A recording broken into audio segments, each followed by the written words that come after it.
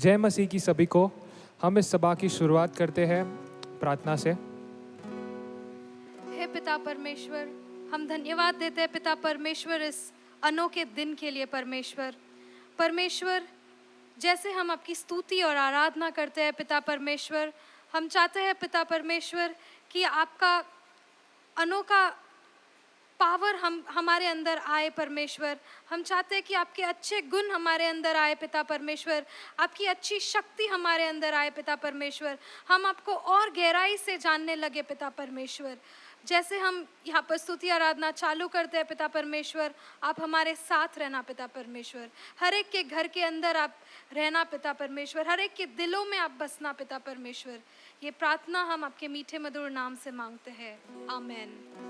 आमेन। उसके वचन में ऐसा लिखा है कि हम एक दूसरे को, जब हम कलीसिया में मिलते हैं, जब हम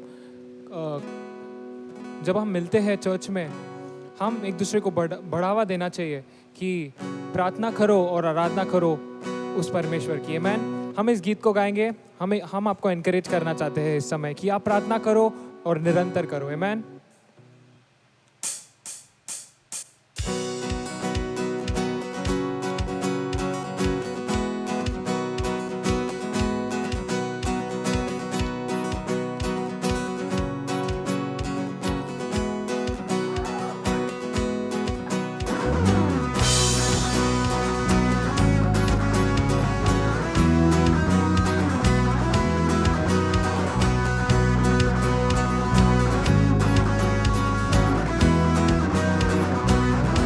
गाओ मेरे साथ। प्रार्थना करे,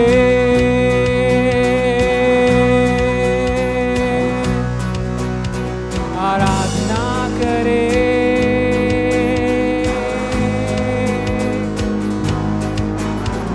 प्रार्थना करे, आराधना करे, वो अच्छा है कितना भला है। प्रार्थना करे, आराधना करे, वो अच्छा है कितना भला है। छुटकारा पाए हमेशा, हमेशा छुटकारा पाए हमेशा, छुटकारा पाए हमेशा, हमेशा छुटकारा पाए हमेशा।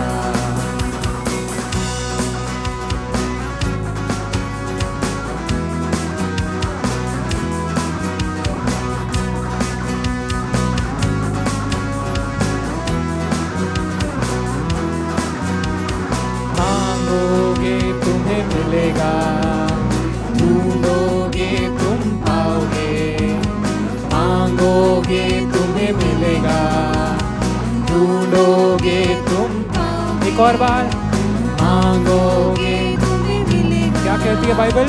ढूंढोगे तुम पाओगे। एक और बार, मांगोगे तुम्हें मिलेगा, ढूंढोगे तुम पाओगे। खटखटाओ खुलेगी ईश्वर की आशीषें पाओ उससे अभी। खटखटाओ खुलेगी ईश्वर की आशीषें पाओ तुमसे भी। प्रार्थना करे, आराधना करे, वो अच्छा है कितना भला है। ओ प्रार्थना करे, आराधना करे, वो अच्छा है कितना भला है।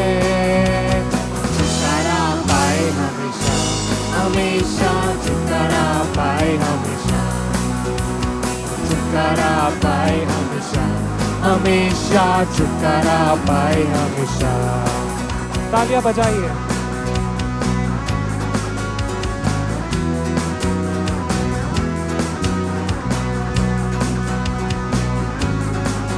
हम सब एक साथ आपको कहना चाहते हैं कि प्रार्थना करो निरंतर, आराधना करो विश्वास से। एक और बार, प्रार्थना करो निरंतर, प्रार्थना करो विश्वास से।